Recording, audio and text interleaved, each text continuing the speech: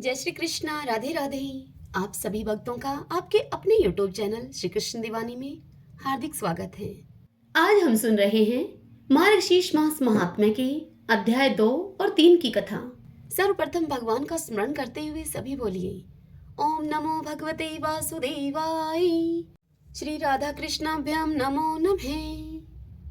ब्रह्मा जी श्री विष्णु भगवान से बोले कि हे देवेश, आपने श्री विष्णु को प्राप्त करने के लिए मार्गशीर्ष मास में विधि विधान से भक्ति पूर्वक पूजन करने के लिए कहा है। इसलिए हे देवेश, इस पूजन की विधि क्या है, किस प्रकार से हम पूजन करें, आप यह बताइए।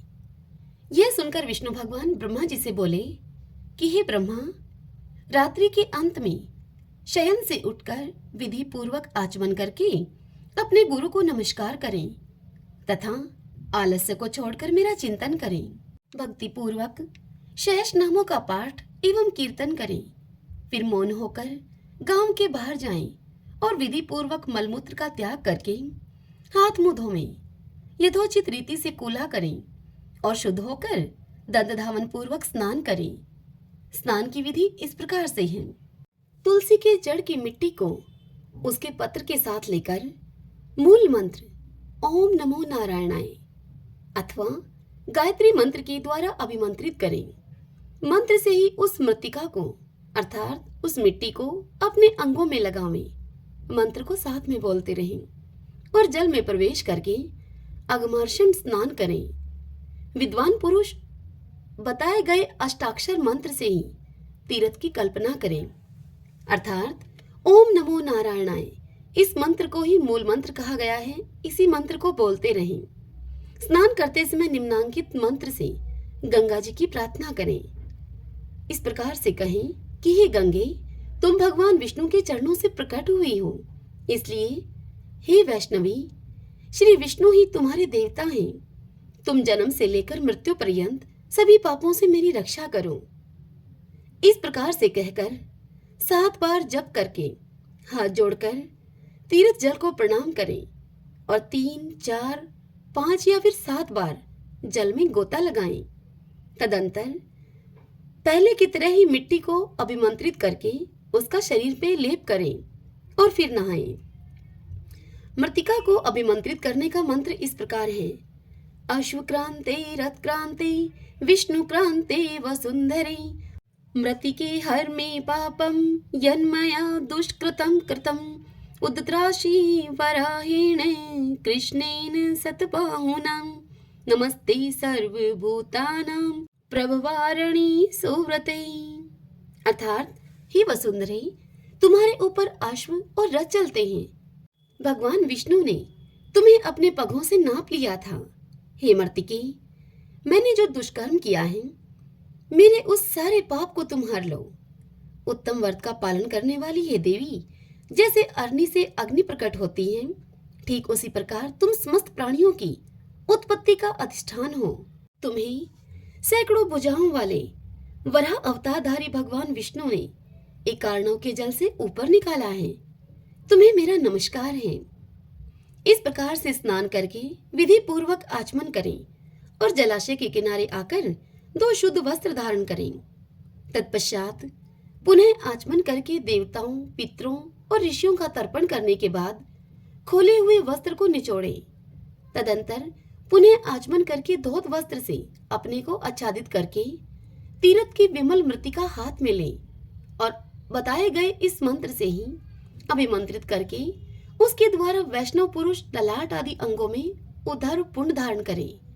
ओम नमो भगवते वासुदेवाय। श्री राधा कृष्णाभ्याम नमो नमः। एक समय श्री पार्वती जी ने भगवान शंकर से कहा कि हे भगवान, आप सभी तत्वों के ज्ञाता हैं।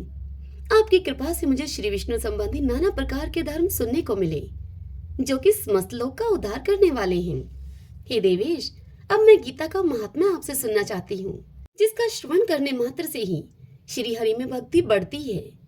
यह सुनकर महादेव जी देवी पार्वती से बोले कि हे देवी, जिनका श्री विग्रह अलसी के फूल की भांति श्याम वर्ण का है, पक्षीराज गरुड़ ही जिनके वाहन हैं, जो अपनी महिमा से कभी च्युत नहीं होते, शेषनाग की शैया पर वह शयन करते हैं, उन भगवान महाविष्णु की हम उपासना करते हैं। एक समय की बात है, मुर दैत्य के नाशक भगवान विष्णु शेषनाग के रमणीय आसन पर सुखपूर्वक विराजमान थे। उस समय समस्त लोगों को आनंद देने वाली भगवती लक्ष्मी ने बड़े ही आदर पूर्वक उनसे प्रश्न किया। श्री लक्ष्मी जी ने पूछा भगवान विष्णु से कि हे भगवान, आप संपूर्ण जगत का पालन करते हुए भी अपने ऐश्वर्य के प्रति उदासीन से होकर जो इस समय क्षीर सागर में नींद ले रहे हैं, इसका क्या कारण है?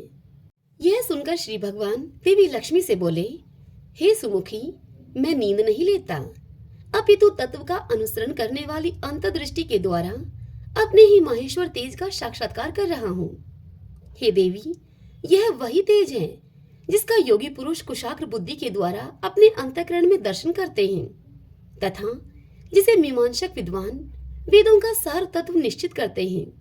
वह महेश्वर तेज एक अजर प्रकाश स्वरूप, आत्मरूप, रोग शोक से रहित, अखंड आनंद का पुंज, निष्पंद अर्थात निरी तथा द्वैत रहित है। इस जगत का जीवन उसी के अधीन है, मैं उसी का अनुभव करता हूँ। हे देवेश्वरी, यही कारण है कि मैं तुम्हें नींद लेता हुआ सा प्रतीत हो रहा हूँ। यह सुनकर देवी लक्ष्मी ने फिर से कहा, हे हर्षिकेश, आप ही योगी पुरुषों के ध्येय हैं, आपके अतिरिक्त कोई भी ध्यान करने के योग्य तत्व है, यह जानकर मुझे बड़ा कौतूहल हो रहा है। इस चराचर जगत की सृष्टि और संहार करने वाले स्वयं आप ही हैं, आप सर्वसमर्थ हैं। इस प्रकार की स्थिति में होकर भी यदि आप उस परम तत्व से भिन्न हैं, तो मुझे आप उसका बोध कराइए। यह सुनकर श्री भगवान देवी लक्ष्मी से बोले कि हे प्रिय, आत्मा का स्वरूप द्वैत और अद्वैत से पृथक, भाव और अभाव से मुक्त तथा आदि और अंत से रहित हैं। शुद्ध ज्ञान के प्रकाश से उपलब्ध होने वाले तथा परमानंद स्वरूप होने के कारण एकमात्र सुंदर हैं। यही मेरा ईश्वरीय रूप है। आत्मा का एकत्व ही सबके द्वारा जानने योग्य है। गीता शास्त्र में इसी का प्रतिपादन हुआ है। अमित तेजस्वी भगवान विष्णु के ये वचन सुनकर लक्ष्मी देवी ने शंका उपस्थित करते हुए उनसे कहा कि हे भगवान, यदि आपका स्वरूप स्वयं परमानंदमय और मन वाणी की पहुंच के बाहर है, तो गीता कैसे उसका बोध कराती है? मेरे इस संदेह का आप निवारण कीजिए। यह सुनकर श्री भगवान देवी लक्ष्मी से बोले कि हे सुंदरी, सुनो, मैं गीता में अपनी स्थिति का तुमसे वर्णन करता हूँ। कर्मशः 5 अध्यायों को तुम 5 मुख जानो, 10 अध्यायों को 10 भुजाएं समझो और 1 अध्याय को उदर समझो और 2 अध्यायों को दोनों चरण कमल जानो। इस प्रकार से यह 18 अध्यायों की वांग्मय ईश्वरीय मूर्ति ही समझनी चाहिए। हे देवी लक्ष्मी, यह ज्ञान मात्र से ही महान पातकों का नाश करने वाली है। जो उत्तम बुद्धि वाला पुरुष गीता के 1 या आधे अध्याय का या फिर 1 आधे या फिर चौथाई श्लोक का भी प्रतिदिन अभ्यास करता है, वह सुशर्मा के समान मुक्त हो जाता है। भगवान विष्णु की इस बात को सुनकर देवी लक्ष्मी ने उनसे पूछा कि हे देव, सुशर्मा कौन था, किस जाति का था वह और किस कारण से उसकी मुक्ति हुई, यह बताइए। तब श्री भगवान देवी लक्ष्मी से बोले कि हे प्रिय, सुशर्मा बड़ी ही खोटी बुद्धि का मनुष्य था। पापियों का तो वह शिरोमणि ही था। उसका जन्म वैदिक ज्ञान से शून्य एवं क्रूरतापूर्ण कर्म करने वाले ब्राह्मणों के कुल में हुआ था। वह न तो ध्यान करता था, न ही कोई जप करता था, न होम करता था और न ही अतिथियों का सत्कार ही करता था। वह तो लंपट होने के कारण सदा विषयों के सेवन में ही आसक्त रहा करता था। हल जोतता था और पत्ते बेचकर अपनी जीविका चलाता था। उसे मदिरा पीने का व्यसन था और वह मांस भी खाया करता था। इसी प्रकार उसने अपने जीवन का दीर्घकाल व्यतीत कर दिया। एक दिन मूढ़ बुद्धि सुशर्मा पत्ते लाने के लिए किसी ऋषि की वाटिका में घूम रहा था। इसी बीच में काल रूपधारी काले सर्प ने उसको डस लिया। अब सुशर्मा की मृत्यु हो गई। तदंतर वह अनेक नरकों में जाकर वहां की यातनाएं भोगकर मृत्युलोक में लौट आया और यहाँ पर बोझ ढोने वाला वह बैल हुआ। उस समय किसी पंगु ने अपने जीवन को आराम से व्यतीत करने के लिए उस बैल को खरीद लिया। बैल ने अपनी पीठ पर पंगु का भार ढोते हुए बड़े कष्ट से 8 वर्ष बिताए। एक दिन पंगु ने किसी ऊंचे स्थान पर बहुत देर तक बड़ी तेजी के साथ उस बैल को घुमाया। इससे वह बैल थककर बड़े वेग से पृथ्वी पर जा गिरा और मूर्छित हो गया। उस समय वहां कौतूहलवश आकर्षित होकर बहुत से लोग एकत्रित हो गए। उस जन समुदाय में से किसी पुण्य आत्मा व्यक्ति ने उस बैल का कल्याण करने हेतु उसे अपना पुण्य दान किया। तत्पश्चात कुछ दूसरे लोगों ने भी अपने अपने पुण्यों को याद करके उन्हें उसके लिए दान किया। उस भीड़ में एक वेश्या भी खड़ी थी। उस वेश्या को अपने पुण्य का पता नहीं था, फिर भी उसने लोगों की देखा देखी से उस बैल के लिए कुछ त्याग किया। तदंतर यमराज के दूत उस मरे हुए प्राणी को, उस बैल को पहले यमपुरी में लेकर गए। वहां यह विचार करके कि यह वैश्या के दिए हुए पुण्य से पुण्यवान हो गया है, उसे छोड़ दिया गया। फिर वह भूलोक में आकर उत्तम कुल और शील वाले ब्राह्मणों के घर में उत्पन्न हुआ। उस समय भी उसे अपने पूर्वजन्म की बातों का स्मरण बना रहा। बहुत दिनों के बाद अपने अज्ञान को दूर करने वाले कल्याण तत्व का जिज्ञासु होकर वह उस वैश्या के पास गया और उसके दान की बात बतलाते हुए उसने उससे पूछा, वह बैल जिसने अब ब्राह्मण के घर में जन्म लिया था, ब्राह्मण का पुत्र बनकर, अब उस ब्राह्मण पुत्र ने वैश्या से पूछा कि तुमने कौन सा पुण्य दान किया था। तब वैश्या ने उसे उत्तर दिया कि वह पिंजरे में बैठा हुआ तोता प्रतिदिन कुछ पढ़ता है, उससे मेरा अंतःकरण पवित्र हो गया है, उसी का पुण्य मैंने तुम्हारे लिए दान किया था। इसके बाद उन दोनों ने उस तोते से पूछा। तब उस तोते ने अपने पूर्व जन्म का स्मरण करके प्राचीन इतिहास कहना उनसे आरंभ किया। वह तोता बोला, पूर्व जन्म में मैं विद्वान होकर भी विद्वता के अभिमान से मोहित रहता था। मेरा राग द्वेष इतना बढ़ गया था कि मैं गुणवान विद्वानों के प्रति भी ईर्ष्या और द्वेष भाव रखने लगा था। फिर समय अनुसार मेरी मृत्यु हो गई और मैं अनेकों घृणित लोकों में भटकता रहा। उसके बाद इस लोक में आया हूँ। वह शुक, वह तोता उन दोनों से आगे कहने लगा कि सद्गुरु की अत्यंत निंदा करने के कारण तोते के कुल में मेरा जन्म हुआ है। पापी होने के कारण छोटी अवस्था में ही मेरी माता पिता से मेरा वियोग हो गया। एक दिन मैं ग्रीष्म ऋतु में तपे हुए मार्ग पर खड़ा था। वहां से कुछ श्रेष्ठ मुनि मुझे उठा लाए और फिर उन्होंने मुझे महात्माओं के आश्रम में, उनके आश्रम के भीतर एक पिंजरे में उन्होंने मुझे डाल दिया। वहीं मुझे पढ़ाया गया। ऋषियों के बालक बड़े आदर के साथ गीता के प्रथम अध्याय की आवर्ती करते थे। उन्हीं से सुनकर मैं भी बारंबार इस पाठ को करने लगा। इसी बीच में एक चोरी करने वाले बहेलिये ने मुझे वहां से चुरा लिया और तत्पश्चात इस देवी ने मुझे उस बहेलिये से खरीद लिया।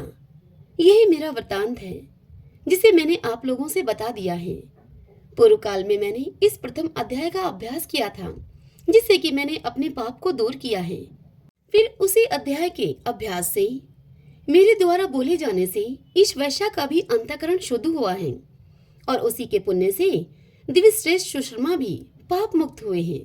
अध्याय के महात्म्य की प्रशंसा करके अब वे तीनों निरंतर अपने अपने घर पर गीता का अभ्यास करने लगे। फिर ज्ञान प्राप्त करके वे तीनों मुक्त हो गए।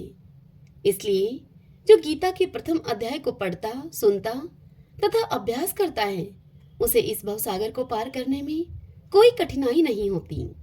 श्रीमन नारायण नारायण हरि हरि, भजमन नारायण नारायण हरि हरि। आइए भगतजनों, अब हम मार्गशीर्ष मास की आज की कथाओं का श्रवण करते हैं। एक समय की बात है, किसी गांव में एक सेठ और सेठानी दंपति रहते थे। उनके 2 बेटे थे। बेटों का विवाह हो चुका था। बड़े बेटे की बहू के 3 संतान थी और छोटे बेटे की बहू के कोई संतान नहीं थी अभी तक। उस छोटी बहू के विवाह को अभी 4-5 साल बीत चुके थे, लेकिन फिर भी उसे औलाद सुख नहीं मिला था। संतान न होने के कारण बड़ी बहू अपनी देवरानी को बहुत ताने देती थी। देवरानी को अब अपनी जेठानी के तानों को सहने की आदत सी पड़ गई थी। देवरानी बड़ी ही धार्मिक प्रवृत्ति की थी। वह जेठानी को कुछ भी नहीं कहती थी। प्रतिदिन देवरानी सुबह जल्दी उठकर पूरे घर की साफ सफाई करती, फिर नहा धोकर पूजा पाठ करती और सूर्य भगवान को अर्घ्य देती। तुलसी जी को जल से सींचती और तुलसी जी में दिया बाती करती और फिर तुलसी जी से प्रार्थना करती कि हे तुलसी माता, आप मेरे पूरे परिवार को खुशहाल रखें और फिर वह पूरे परिवार के लिए चूल्हे पर चाय बनाती और सभी को चाय पिलाती। इस प्रकार से सभी परिवारजनों का समय बीत रहा था। वह देवरानी कभी भी आलस नहीं करती थी। जो भी उसे जब भी काम के लिए कहता, वह उसके सभी काम को तुरंत ही करने के लिए चल देती। वह किसी के काम को मना नहीं करती थी। उसका नाम ममता था। जैसा नाम था वैसा ही उसका स्वभाव भी था। एक दिन जेठानी के बच्चे की तबीयत खराब हो गई। तब ममता ने शीघ्रता से तुलसी दल को तोड़कर उसे मसलकर उस बीमार बच्चे के मुंह में डाल दिया और उस बच्चे से कहा कि इस पत्ते को दांत से मत चबाना, केवल होठों और जीभ से मसल कर खाना। तुम जल्द ही ठीक हो जाओगे। जब जेठानी को इस बारे में पता चला तो वह देवरानी पर बहुत ही नाराज हुई और देवरानी से कहने लगी कि मेरे बच्चे को तेज बुखार है, इसलिए डॉक्टर के पास लेकर जाने की बजाय तुमने ये किया। तुम तो बिल्कुल गंवार हो। तुम इतना भी नहीं जानती कि तुलसी के पत्तों से भला बुखार कभी उतरा है क्या? और वह जेठानी अपनी देवरानी को भला बुरा सुनाती हुई अपने बच्चे को लेकर डॉक्टर के पास चली गई। तब डॉक्टर ने उसे बताया कि बच्चा तो बिल्कुल ठीक है, इसे यहाँ क्यों लेकर आए हो? यह सुनकर जेठानी ने जब बच्चे को देखा तो बच्चे को बुखार अब उतर गया था। अब जेठानी को बहुत ही शर्मिंदगी महसूस हुई। अब 2 दिन के बाद की बात है। ममता के जेठ को तेज खांसी चलने लगी। उस समय उसके घर में ममता और उसके सास ससुर के अलावा उसकी जेठानी नहीं थी। सास ससुर सो रहे थे। तब ममता ने जेठ की हालत को देखते हुए झट से तुलसी के पत्ते तोड़कर उनका काढ़ा बनाया और फिर वह काढ़ा अपने जेठ को पीने के लिए देकर आई।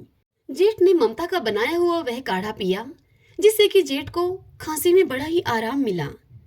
जब जेठानी मायके से वापस आई और उसे सारी बात पता चली तो वह भी बहुत खुश हुई।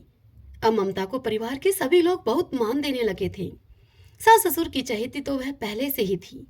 अब तो जेठ जेठानी से भी उसे मान सम्मान मिलने लगा था। वह दोनों भी उसको पसंद करने लगे थे। अब धीरे धीरे यह खबर पूरे गांव भर में फैल गई कि सेठ जी के छोटे बेटे की बहू घरेलू नुस्खों को जानती है। अब गांव के किसी भी व्यक्ति को जब कभी भी खांसी जुकाम या बुखार होता तो वे सीधे ममता के पास दौड़े दौड़े आते और उससे घरेलू नुस्खे पूछते और ममता सभी को कुछ न कुछ घरेलू नुस्खे बताती, जिससे कि उनकी बीमारी जल्द ही ठीक हो जाती। पता नहीं किसकी सच्ची आशीष मिली ममता को कि अब ममता भी गर्भवती हो गई। उसको भी कोई माँ कहकर बुलाने वाला आने वाला था। जब गांव में यह खबर फैली तो सभी लोग ममता को बधाई देने के लिए आने लगे। गांव के सभी लोग ममता के बताए हुए अनुसार माँ तुलसी की पूजा भी करने लगे थे। एक बार की बात है, उस नगर के राजा के बेटे को एक अज्ञात बीमारी ने घेर लिया। तब राजा ने अपने बेटे को सभी वैद्य और हकीमों को दिखाया, लेकिन राजा के बेटे को कोई आराम न हुआ। तब एक दिन राजा के किसी मंत्री ने राजा को बताया कि राजा जी, अपने ही नगर में एक सेठ के बेटे की बहू है जो कि नगर के सभी लोगों को घरेलू नुस्खे बताती है। नगर भर में उसी की चर्चा है। पूरे नगर के लोग उसी के पास अपनी बीमारी का इलाज कराने के लिए जाते हैं और वह घरेलू नुस्खों से ही उस बीमारी को जल्द ही ठीक भी कर देती है। राजा से इतनी बात कहकर आगे वह मंत्री बोला कि राजा जी, यदि आप कहें तो हम उसे यहाँ बुलवा लें। तब राजा ने मंत्री से कहा कि नेकी और पूछ पूछ, जल्दी बुलाओ उसे। तब राजा के पहरेदार उस सेठ के घर जा पहुंचे और राजा का आदेश सेठ को सुनाया और इसी के साथ ही राजकुमार के बीमार होने की बात भी साहूकार को बताई। तब सेठानी ने अपने बेटे बहू को शाही रथ में बिठा दिया। जब ममता रथ में बैठने लगी तो उसने तुलसी के पत्ते भी साथ में ले लिए। अब ममता शाही रथ में बैठकर महल में पहुंची। तब उसने महल में जाते समय बगीचों में देखा कि बगीचों में सभी तरह के फल फूल और पौधे, यहाँ तक कि साग सब्जियां भी उगी हुई थी, लेकिन तुलसी का वहां एक भी पौधा नहीं था। अब ममता यह सब देखती हुई महल में जा पहुंची। महल में जाकर ममता ने राजा के बच्चे को तुलसी का एक पत्ता मसलकर उसके मुंह में रखा और फिर तुलसी के पत्ते से काढ़ा बनाकर ममता ने रानी को दिया और फिर ममता रानी से कहने लगी कि रानी माँ, बच्चे को एक एक चम्मच काढ़ा बीच बीच में पिलाते रहिएगा। ऐसा करने से यह जल्द ही स्वस्थ हो जाएगा। और फिर ममता महारानी से बोली कि महारानी जी, यदि आप बुरा न माने तो आपसे मैं एक बात पूछ सकती हूँ क्या? तब रानी बोली कि हाँ पूछो। तब ममता रानी से बोली कि महारानी जी, आपके बगीचे में एक भी तुलसी का पौधा नहीं है। यह सुनकर रानी उससे बोली, क्या तुलसी का पौधा इतना जरूरी होता है? तुलसी के पौधे की क्या महिमा है, मैं तो नहीं जानती। मुझे बताओ तुम, तुलसी जी की क्या महिमा है? तब ममता ने तुलसी जी क्या है, कौन है तथा तुलसी जी का महत्व क्या है, सब रानी माँ को बताया। और फिर तुलसी जी का एक पौधा महल के बगीचे में भी लगाया और रानी माँ को तुलसी जी के पौधे की पूजा करने की विधि भी बताई। अब कुछ ही दिनों में राजा का वह बेटा, जिसे ममता ने काढ़ा बनाकर पिलाया था, वह बिल्कुल स्वस्थ हो गया। यह देखकर राजा बड़ा ही प्रसन्न हुआ और राजा ने ममता और उसके पति को राज दरबार में बुलाया। फिर ममता के उपचार से खुश होकर राजा ने ममता को वैद्य हकीम के पद से सम्मानित किया और इसी के साथ ममता के पति को राज दरबार में मंत्री का पद देकर उसे सम्मानित किया। अर्थात ममता के पति को दरबार में मंत्री नियुक्त किया गया और इसी के साथ राजा ने सारे नगर में यह ढिंढोरा पिटवा दिया कि सभी लोग अपने घर के आंगन में तुलसी जी का पौधा लगाएं, सुबह तुलसी के पौधे को जल से सींचें और पूजा करें, सायंकाल को तुलसी जी में दिया बाती करें। तुलसी के पौधे में भगवान विष्णु और माता लक्ष्मी का वास होता है। जिस भी घर के आंगन में तुलसी जी का पौधा होता है, वहां लक्ष्मी जी सदा विद्यमान रहती हैं। जहाँ तुलसी जी का पौधा होता है, वहाँ रोग और बीमारियां नहीं रहती, वहाँ सकारात्मक ऊर्जा विद्यमान रहती है। जिस घर में तुलसी जी की पूजा प्रातः अर्थात मुंह अंधेरे की जाती है, उस घर के सभी रोग और दोष खत्म हो जाते हैं और लक्ष्मी जी का स्थायी वास बन जाता है। सभी बोलिए तुलसी माता की जय। एक साहूकार का लड़का था। वह बुधवार के दिन अपनी बहू को लेने जा रहा था। उसकी माँ ने उसे बहुत मना किया, लेकिन वह नहीं माना। जब ससुराल में पहुंचा तो बोला कि मैं तो आज ही अपनी बहू को लेकर जाऊंगा। उसकी सास बोली कि मैं तो बुधवार को नहीं भेजूंगी अपनी बेटी, लेकिन वह न माना और वह बुधवार के दिन ही अपनी पत्नी को विदा करा कर ले आया। अब रास्ते में उस बहू को प्यास लगी। वह बोली कि मैं तो पानी पीऊंगी। अब वो पानी लेने के लिए चला गया। अब बुद्ध देव भगवान उस साहूकार के लड़के का रूप बनाकर उस बहू को पानी पिलाने के लिए आए और उनसे उस बहू ने पानी पी लिया। अब बुद्ध देव भगवान उस बहू के पास बैठ गए। जब साहूकार का लड़का पानी लेकर आया तो अपनी बहू के पास किसी को बैठा हुआ देखकर वह कहता है कि तू कौन है, तू मेरी बहू के पास क्यों बैठा है? तब बुद्ध भगवान उस लड़के से बोले कि यह तो मेरी बहू है। अब वह तीनों पंचायत के पास गए। उनकी सारी बात सुनकर पंच बोले उस बहू से कि तुम्हारा पति कौन है? बुद्ध का उसने हाथ पकड़कर कहा कि ये मेरा पति है। अब यह देखकर साहूकार का वह लड़का रोने लगा। फिर उन पंचों ने एक करवा मंगवाया और कहा उनसे, उन दोनों से कि मच्छर बन के करवे के मुंह से निकल जाओ, जो निकल जाएगा यह बहू उसी की होगी। बुद्ध भगवान तो मच्छर बन के उस करवे में घुस गए, करवा बंद करा दिया। फिर पंच बोला कि तुमने बुद्ध नहीं माना, इसीलिए बुद्ध ने यह नाटक दिखाया है। तब उसने सारे शहर में ढिंढोरा पिटवा दिया कि बुधवार को बहन के घर भाई, सासरे जवाई कोई न जाए। जैसे बुद्ध भगवान ने उसे नाटक दिखाया, वैसा किसी को न दिखाएं।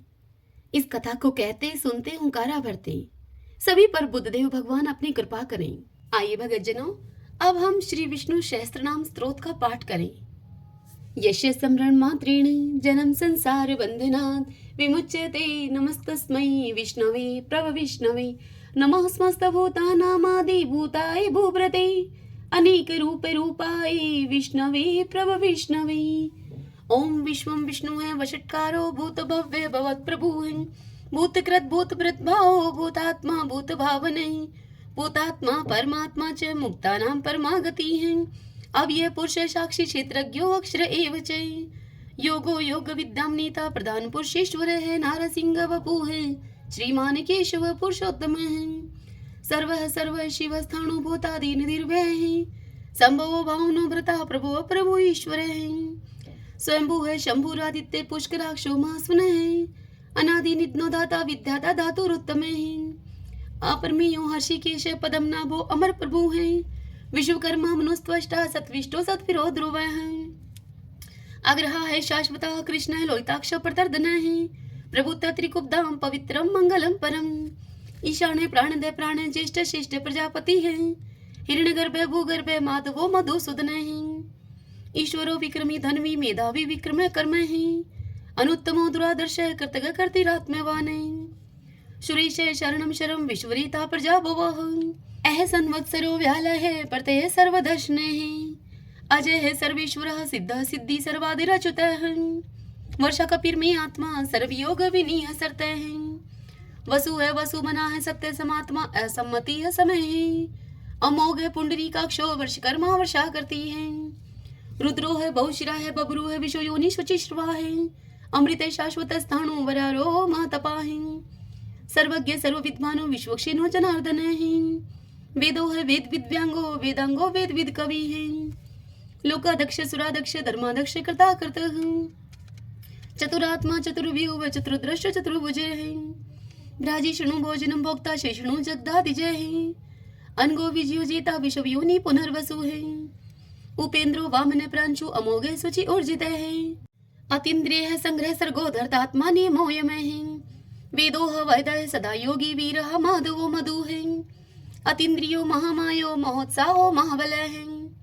महाबुद्धि महावीर्यो महाशक्ति महादुति है अनिर्देश्य वपु है श्रीमान अमे आत्मा महाद्रीद्रक है महिष्वासो महिव्रता श्रीनिवास सताम गति है अनिरुद्ध सुरानंदो गोविंदो गोविंदाम पति है मरीचि है दमन हंसो शो पर्णो भुज गोतम है हिरणाभ सूतपा पदम नाभ प्रजापति है अमृत्यु है सर्वद्रक है सिंह संदाता संधिमान स्त्र है अजो है दुर्मुष्ण शास्ता विश्रुतात्मा सुरारिया है गुरु है गुरुत्मो धामो सत्य सत्य पराक्रम है निमिष है अनिमिष है सत्रगवि वाचस्पति रुधारदी है अग्रणी है ग्रामणी है श्रीमान न्याय नेता समीरण है शस्त्र मूर्धा विश्वात्मा शस्त्राक्ष शस्त्रपात आवर्तनो निर्वर्तात्मा संवर्त सन पर मर्दन है अह संवर्तको वहनीय अनिलो धरणी धर है सुप्रसाद प्रश्नात्मा विषवदरक विषव भुग विभु है सत्कृता सत्कृत साधु जहनो नारायणो नर है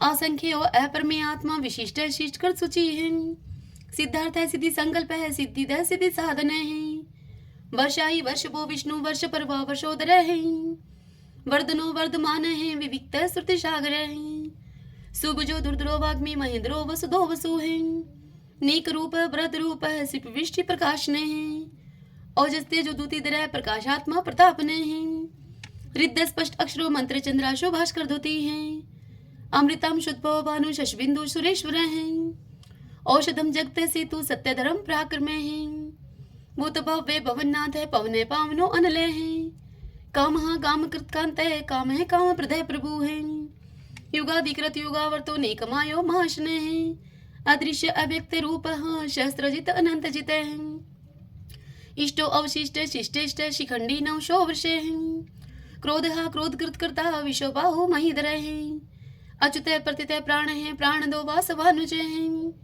अपम निदिर्दिष्टा नम परमत प्रतिष्ठित है स्कंद स्कंदरो दुर्यो वर्दो वायु वाहन है वासुदेव प्रतभानु आदि देव पुरंदर है अशोक स्तारण स्तार शूर शौरी जनेश्वर है अनुकूल शतावर्त है पद्मी पदम निवेक्षण है पद्मनाभो अरविंदाक्ष पदम गर्भ शरीर भृत है महदीरिदो वरदात्मा मोक्षो गरुड़ो दुजय है अतुल शर्वो भीमा समयगो हवि हरि है सर्व लक्षण लक्षणयो लक्ष्मीवान समिंत जय है वीक्षरो रोहितो मार्गो हेतु दामोदर सह महिद्रय महाभागो वेगवान मिताशन है उद्भव शोभनो देव श्री गर्भ परमेश्वर है कर्णम कारणम कर्ता विकर्ता गहनो गोवे है व्यवसायो व्यवस्थान संस्थान स्थान दो ध्रुव प्रहृदि परम स्पष्ट चतुष्ट पुष्ट शुभेक्षण है रामो विरामो वीर जो मार्गो ने उन्यो अन्य है वीर शक्ति मतम श्रेष्ठो धर्मो धर्म विदुत्तम है वैकुंठ पुरुष प्राण प्राणदय प्रणवय प्रथु है हिरण्यगर्भ शत्रुघ्नो व्याप्तो वायुर्दोक्ष है ऋतु है सुदर्शन काल परमेष्टि परिग्रह है उग्र संवत्सरो दक्षो विश्रामो विश्व दक्षिण है विस्तार स्थावर स्थाणु परमाणम बीजम व्ययम अर्थो अनर्थो महाकोशो महाभोगो महाधन है अनिर्विणय सत्विष्टः अबूह धर्म यूपो महामखः नक्षत्र नेमि नक्षत्री शमय शामय शमी हनः यज्ञ इज्य महेजय च कर्तुस्त्रम स्ताम गति है सर्वदर्शी विमुक्तात्मा सर्वज्ञो ज्ञानम उत्तमम सुवर्त सुमुख सूक्ष्म सुघोष सुखद सुहृत मनोहरो जीत क्रोधो वीरबाहु विधारण स्वापने सर्वशो व्यापी नेकात्मा नेक क्रम कृत वत्सरो वत्सलो वत्सी तरतन गर्भ तनेश्वर धर्म गोप धर्म कृत धर्मी शत अशत शर्म अक्षरम अविज्ञाता शस्त्रांशु विधाता कृत लक्षण गपस्ती ने मी सत्वस्त सिंहो भूत महेश्वर आदि देवो महादेव देवशो देव भृत गुरु है उत्तरो गोपतिर्गोप्ता ज्ञान गम्य पुरातन शरीर भूत भृत भोक्ता कपिंद्रो बुरी दक्षिण सोमपो अमृतपः सोम पुरुषित पुरुषोत्तम विनियुजे सत्य संदोदाशर सत्वतम पति है जीवो अविनता साक्षी मुकुंदो अमित विक्रम है अंबो निदिर्णंतात्मा मोदधिशयो अनंत के अजय है मार है स्वभाव जीता मित्र प्रमोदन है आनंदो नंदनो नंद सत्य धर्मा त्रिविक्रम है महर्षि कपिलाचार्य कर्तघ मेदनी पति है त्रिपद त्रिदशा अध्यक्षो मास्टरं कृतांत करते हैं महावराहो गोविंद सुषेण कनकांगदी गुह गभीरो गहनो गुप्त चक्र गदाधरे वेदा स्वंगो अजित कृष्णो दृढ़ संकर्षण अच्युत वर्णो वारुणो वृक्ष पुष्कराक्षो महामना है भगवान भगानंदी वनमाली हलायुदय आदित्यो ज्योतिरादित्य शैषणो गतिस्तम शुधन्वा खंड परशु है दारुणो द्रविण प्रदय द्विस्पर्क सर्वदृग व्यासो वाचस्पतिरियो निजय त्रिशामा शाम गय शाम निर्वाणम भेषजम मिष्कय संन्यास कृष्ण शांत निष्ठा शांति प्रायणम शुभांगम शांति दय सत्रष्टा कुमुदय कुवलेशय गोहति गोपतिर्गुप्ता वृषभाक्षो वृष प्रिय अनिवर्ति निर्वर्तात्मा संक्षिप्ता श्रीमकर शिव श्रीवत्स्वक्षा श्रीवास श्रीपति है श्रीमतांबर श्रीदह श्रीश श्रीनिवास श्रीनिधि श्री विभावन श्रीधर श्रीक्रह श्रेय श्रीमान लोकत्रयाश्रय स्वक्षय स्वंगस्तानंदो नंदिर ज्योतिर्गणेश्वर विजितात्मा विधेयात्मा सत्कीर्ति छिन संशय उदृण सर्वत चक्षु अनीश शाश्वत अस्त्र भूषयो भूषणो भूत विशोक शोक नाशन अर्चिस्मान अर्चित कुंभ विशुद्धात्मा विशोधन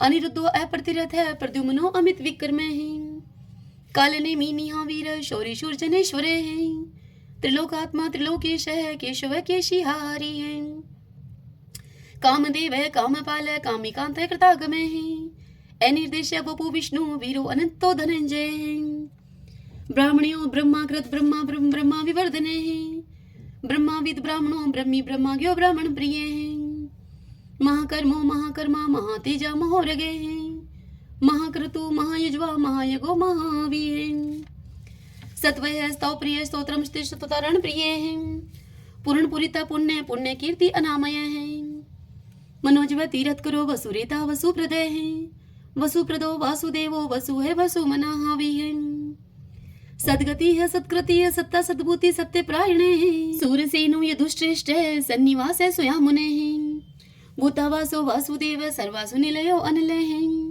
दृपहा दृप्तो दृप्तो दुर्दुरोता पराजित विश्वमूर्ति महामूर्ति दीप्तमूर्ति अमूर्तिमान अनेक मूर्ति अव्यक्त है शतमूर्ति शतानन एकोनेक स्वः किमे तत्पद अनुत्तमम लोकबंधु लोकनाथो माधवो भक्त वत्सल सुवर्ण वर्णो हेमांगो व्रांग चंदनांगदी वीरहा विश्व शून्यो गर्ताशी अचल चल अमानी मान दो मानो लोक स्वामी त्रिलोक द्रक सुमेधा मेध जो धन्य सत्य मेधा धराधर तेजो वृषो दुतिधर सर्वशस्त्र प्रथाम्बर प्रग्रो निग्रो व्यग्रो नेक श्रृंगो गदा गर्जय चतुर्मूर्ति चतुर्बाहु चतुर्व्यूह चतुर्गति चतुर आत्मा चतुर्भाव चतुर्वेद विद एकपात समावर्तो अनिर्वर्तात्मा दुर्जो दुर्ति कर्म दुर्लभो दुर्गमो दुर्गो दुरावासो दुरारिया शुभांगो लोक सारंग सुतंतु सुतंतु वर्धन इंद्र कर्मा महाकर्मा कर्तकर्मा कृतागम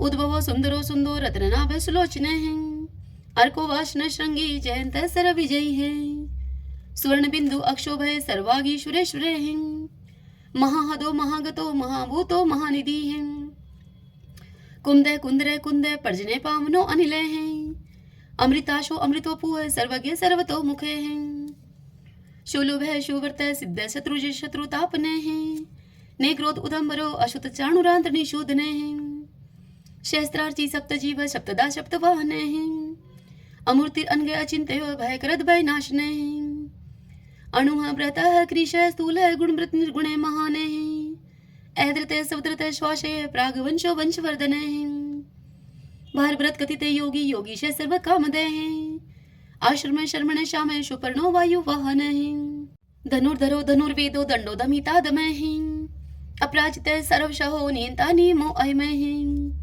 सत्ववान सात्विक सत्य सत्य धर्म प्रायण अभिप्राय प्रियारो अर्ह प्रियकृत प्रतिवर्धन विहाय सगति ज्योति है सुरुचि उद्भुक विभु है रवि विरोचन सूर्य है सविता रवि लोचन अनंत हूत भूत भोक्ता सुख दो नेक जो अग्रजय है निवृण सदामर्षि लोकधिष्ठानम अद्भुत है सनात सनातन तमय कपिल है कपिर पे है स्वस्ति स्वस्ति कृत स्वस्ति स्वस्ति भुक स्वस्ति दक्षिणे है रुद्र कुंडली चक्री विक्रम उचित शासन है शब्दातिगय शब्दशः शिशिर शर्वरी करे हैं क्रूर पेशलो दक्षो दक्षिण शमिणांबरे है विदुत्मा विद्भय पुण्य शर्वण कीर्तन है उत्तारणो दुष्कृति पुनोदश पन्नाशने है वीर रक्षण संतो जीवन प्रिय वस्थित है अनंत रूप अनंत श्री जीत वन्यो व्यापय चतुरस्त्रो गभीरात्मा विदिशो व्याधीशो दिशे अनादिर पूर्व लक्ष्मी सुवीरो रुचिरांग दे जननो जन जन्मादि भीमो भीम पराक्रमे आधार नीलो ऐधाता पुष्पहाश प्रजागरे उद्रवग सत्पथाचार्य प्राणदय प्रणवय पणे परमाणम प्राण निल्य है प्राणवृत प्राण जीवन है ततुम तत्विदेकात्मा जन्म मृत्यु जराति गए पूर्व स्वस्त्रसार सविता पर पितामह है यज्ञो यज्ञपति रजवा यज्ञांगो यज्ञ वाहन है यज्ञ व्रत यज्ञ कृत यज्ञ यज्ञ भुग यज्ञ साधने है यज्ञांत कृत गुहाम अन्नम अन्नादे एवच आत्मयोनि समझातो वेखान साम गायन है देवकी नंदन सृष्टा शतश पाप नाशने है शंख व्रत नंद की चक्री शारंग धनवा कदाधर हैं रथांग पाणी अक्षोभ सर्व पर हरणायुदय सर्व पर हरणायुदय ओम नमः इति विष्णु भगवान की जय। ओम नमो भगवते वासुदेवाय। आइए भगतजनों, अब हम श्री कृष्ण चालीसा और भगवान श्री कृष्ण की आरती करेंगे। तदंतर भगवान के नाम का संकीर्तन करते हुए इस कथा का समापन करेंगे।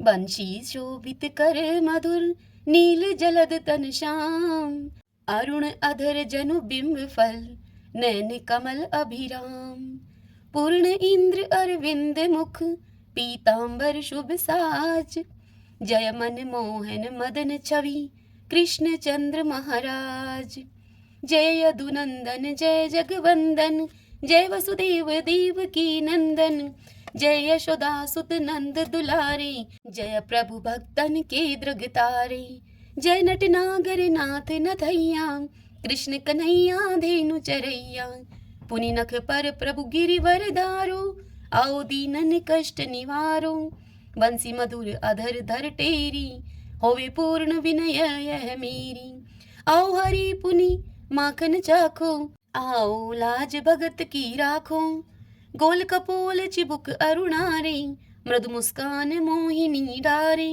रंजित राजीव नैन विशाला मोर मुकुट वजयंती माला कुंडल श्रवण पीत पट आछे कटिकिं कणिका छन काछे नील जलज सुंदर तनु सोहै छवि लखी सुर नर मुनि मोहै मस्तक तिलक अलक घुंघराले आओ कृष्ण बांसुरी वाले करी पय पान पुतन ही तारयो अका बका कागा सुर मारयो मधुवन जलत अग्नि जब ज्वाला भय शीतल लखत ही नंद लाला सुरपति जब ब्रज चढ़यो रिसाई मुसर धार वारी वृषाई लगत लगत ब्रज चहन बहायो गोवर्धन नख धारी पचायो लखिय सुदा मन भ्रम अधिकाई मुख में चोधन भुवन दिखाई दुष्ट कंस अति उधम बचायो कोटि कमल जब फूल मंगायूं,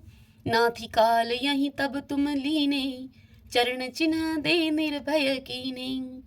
करी गोपिन संग रास विलासा, सबकी पूर्ण करी अभिलाषा। केतक महा असुर सहारियो, कंस ही केश पकड़ दई मारियो। मातु पिता की बंदी छुड़ाई, उग्र सेन कह राज दिलाई। मही से मृतक छौ सुत लायो, मातु देव की शोक मिटायो। बोमासुर मुर दैत्य सहारी, लाए शट 10 सहस कुमारी। दे भी मही तुण चीर सहारा, जरा सिंधु राक्षस कह मारा। असुर बकासुर आदिक मारयो, भक्तन के तब कष्ट निवार्यो। दीन सुदामा के दुख टारयो, तंदुल 3 मुट्ठी मुख डारयो। प्रेम के साग विदुर घर मांगे, दुर्योधन के मेवा त्यागे। लखी प्रेम की महिमा भारी, ऐसे श्याम दीन हितकारी। मारत के पारथ रथ हाके, लिए चक्र कर नहीं बल थाके। निज गीता के ज्ञान सुनाए, भक्त हृदय सुधा बरसाए। मीरा थी ऐसी मत वाली, विष पी गई बजा करके ताली। राणा भेजा सांप पिटारी, शालीग्राम बने बनवारी। निज माया तुम विद ही दिखायो, उरते संशय शकल मिटायो। तब शत निंदा करी तत्काला, जीवन मुक्त भयो शिशुपाला। जब ही द्रौपदी टेर लगाई, दीनानाथ लाज अब जाई। तुरत ही बसन बने नंदलाला, बड़े चीर भय अरि मुँह काला। अस अनाथ के नाथ कन्हैया, डूबत भवर बचावत नैया। सुंदर दास आस उरधारी, दया दृष्टि कीजे बनवारी। नाथ सकल मम कुमति निवारो, क्षमहु वेगी अपराध हमारो। खोलो पट अब दर्शन दीजे, बोलो कृष्ण कन्हैया की जय। बोलो कृष्ण कन्हैया की जय। यह चालीसा कृष्ण का पाठ करे उरधारी, अष्ट सिद्धि नवनिधि फल लह पदारथ चारी। लह पदारथ चारी। ओम श्री कृष्णाय नमो नमः। आइए अब हम श्री कृष्ण भगवान की आरती करते हैं। आरती युगल किशोर की जय, राधे तन मन धन निछावर की जय। रवि शशि कोटि बदन की शोभा, ताहि निरख मेरो मन लोभा। गोर श्याम मुख निरखत राजै, प्रभु को रूप नैन भर पीजे। कंचन थार कपूर की बाती, हरियाए निर्मल भई छाती। फूलन की सीज फूलन की माला, रत्न सिंहासन बैठे नंद लाला। मोर मुकुट मुरली कर सोहे, नटवर वेश देख मन मोहे। ओढ़ो नील पीत पट सारी, कुंज बिहारी गिरवरधारी। श्री पुरुषोत्तम गिरवरधारी, आरती करत शकल ब्रज नारी। नंद नंदन वर्ष भानु किशोरी, परमानंद स्वामी अविचल जोरी। सभी बोलिए श्री कृष्ण भगवान की जय। तो आइए भगवान के इन नामों को 5 बार बोलते हुए संकीर्तन करते हैं।